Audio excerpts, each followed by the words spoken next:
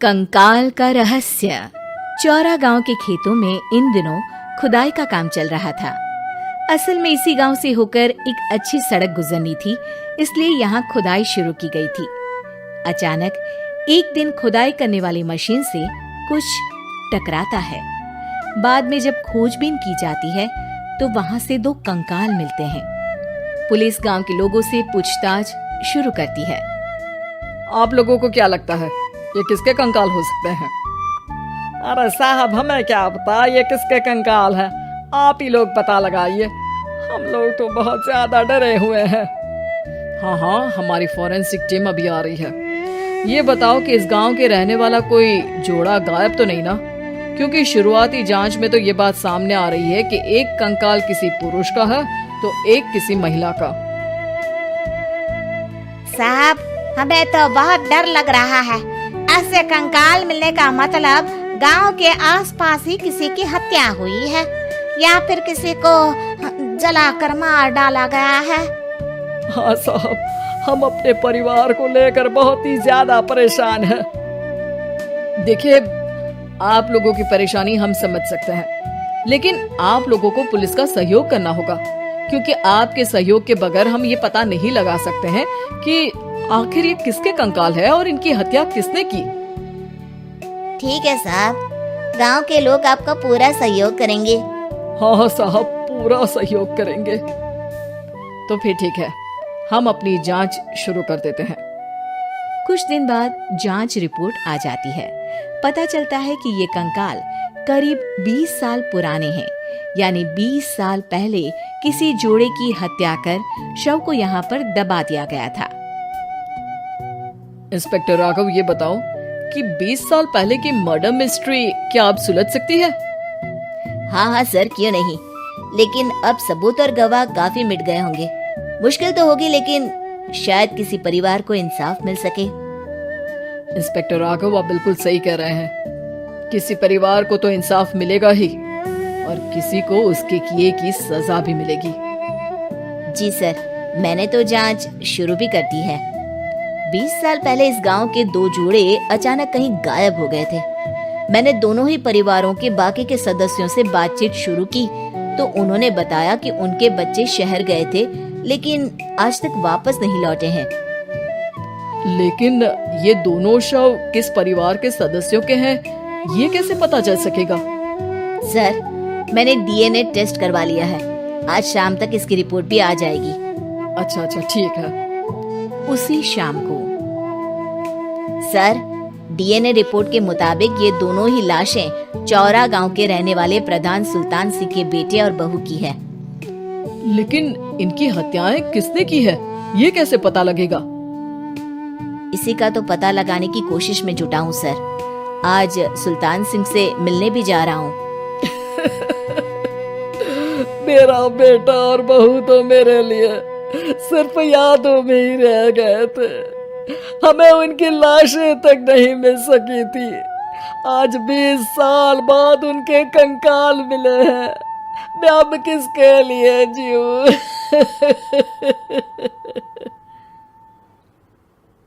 लेकिन सर, क्या आपकी किसी से कोई दुश्मनी थी?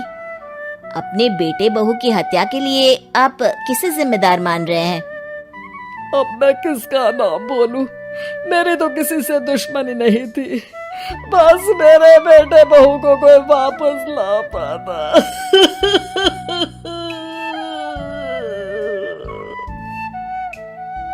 इसके बाद सुल्तान सिंह फूट फूट कर रोना शुरू कर देते हैं। सर, अब आप इनका अंतिम संस्कार करवा सकते हैं। कम से कम इनका शरीर ना सही, इनका कंकाल तो आपको मिला है। लेकिन हाँ, अगर आपको कुछ भी याद आए तो जरूर बताइएगा। मेरी तो बेटा अब उम्र हो गई है, लेकिन मेरे बेटे और बहू के हत्यारों का जरूर पता लगाइएगा, क्योंकि जब तक हत्यारे पकड़े नहीं जाएंगे मेरा मन नहीं मानेगा। सर, हमारी पूरी कोशिश रहेगी हत्यारे को पकड़ने की। लेकिन एक बात बताइए, उस वक्त आपको किस पर शक गया था? उस वक्त मेरे एक ड्राइवर को पकड़ा गया था, लेकिन सबूतों के अभाव में उसे छोड़ दिया गया था। अच्छा, और ड्राइवर पर कैसे शक हुआ था? क्योंकि उस दिन ड्राइवर छुट्टी पर था। उस समय लेकिन लाश क्यों नहीं मिल सकी थी? उस वक्त पुलिस ने बहुत कोशिश की थी, लेकिन दोनों की डेड बॉडी नहीं मिल सकी थी। ठीक है, हमारी तफ्तीश चल रही है, मैं फिर आऊंगा। इसके बाद इंस्पेक्टर वहां से चला जाता है और सुल्तान सिंह अपने बेटे और बहू की याद में खो जाते हैं। कुछ दिन बाद सुल्तान सर, एक बात बताइए, जब आपके बेटे बहू की हत्या हुई थी, उसी के आसपास आपके ही गांव का रहने वाला एक और जोड़ा उसी वक्त गायब हो गया था ना? हाँ सर, अलका और अभिषेक, वो भी मेरे बच्चों जैसे ही थे। तो फिर वो कहाँ है?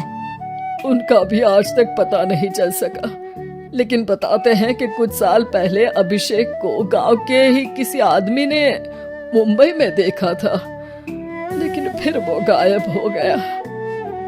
यानी अभिषेक और अलका की हत्या नहीं हुई थी, बल्कि उन्होंने किसी वजह से खुद ही गांव छोड़ दिया था। हाँ, हो सकता है, क्योंकि अभिषेक मेरे बेटे संतोष का अच्छा दोस्त था और उसका मेरे घर भी आना जाना लगा रहता था। हो सकता है कि उसने मेरे बेटे और बहू के बारे में सुन लिया हो और ये गांव छोड़ दिया हो सकता है। उनके परिवार का कोई अब नहीं रहता क्या इस गांव में? अब तो कोई नहीं रहता। एक चाचा थे, लेकिन उन्होंने भी अपना पुश्तैनी मकान बेच दिया है। वो भी अब कहीं शहर में ही बस गए हैं। ओह, अभिषेक और अलका के बारे में भी पता लगाना होगा। हो सकता है कि वही इस हत्या के बारे में कुछ बता सके। हो तो सकता है, लेकिन वो बेचारे तो खुद ही वक्त के मारे थे, वो क्या बताएंगे। फिर भी सर, जब केस दोबारा खुला है तो जांच तो करनी ही पड़ेगी, और इस बार तो लाशें भी बरामद हुई है।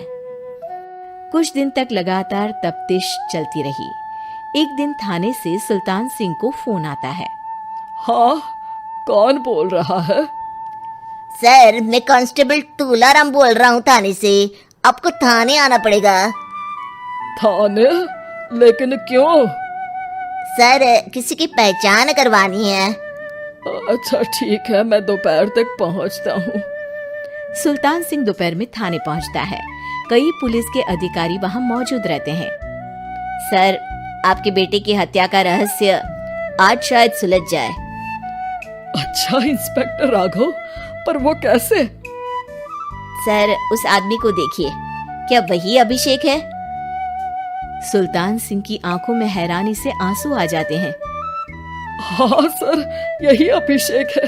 ये आपको कहाँ से मिला?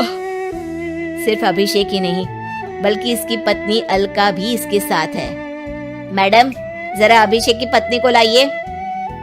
जैसे ही अलका को पेश किया जाता है, सुल्तान सिंह जमीन पर गिर जाते हैं। सुल्तान सर, क्या हुआ आपको? आप अलका को देखकर गिर क्यों गए? सुल्तान सिंह सर पकड़कर बैठ जाते हैं।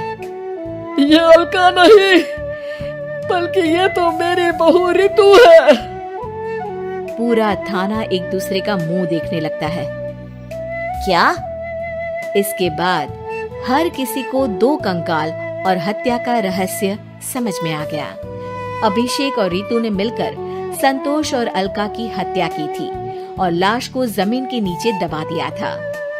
आज 20 साल बाद इस हत्या का रहस्य खुल सका था कि अवैध प्रेम संबंध में 2 मासूमों की जान गई थी। लाइक, शेयर और सब्सक्राइब करें क्रेजी हिंदी कार्टून वीडियोस।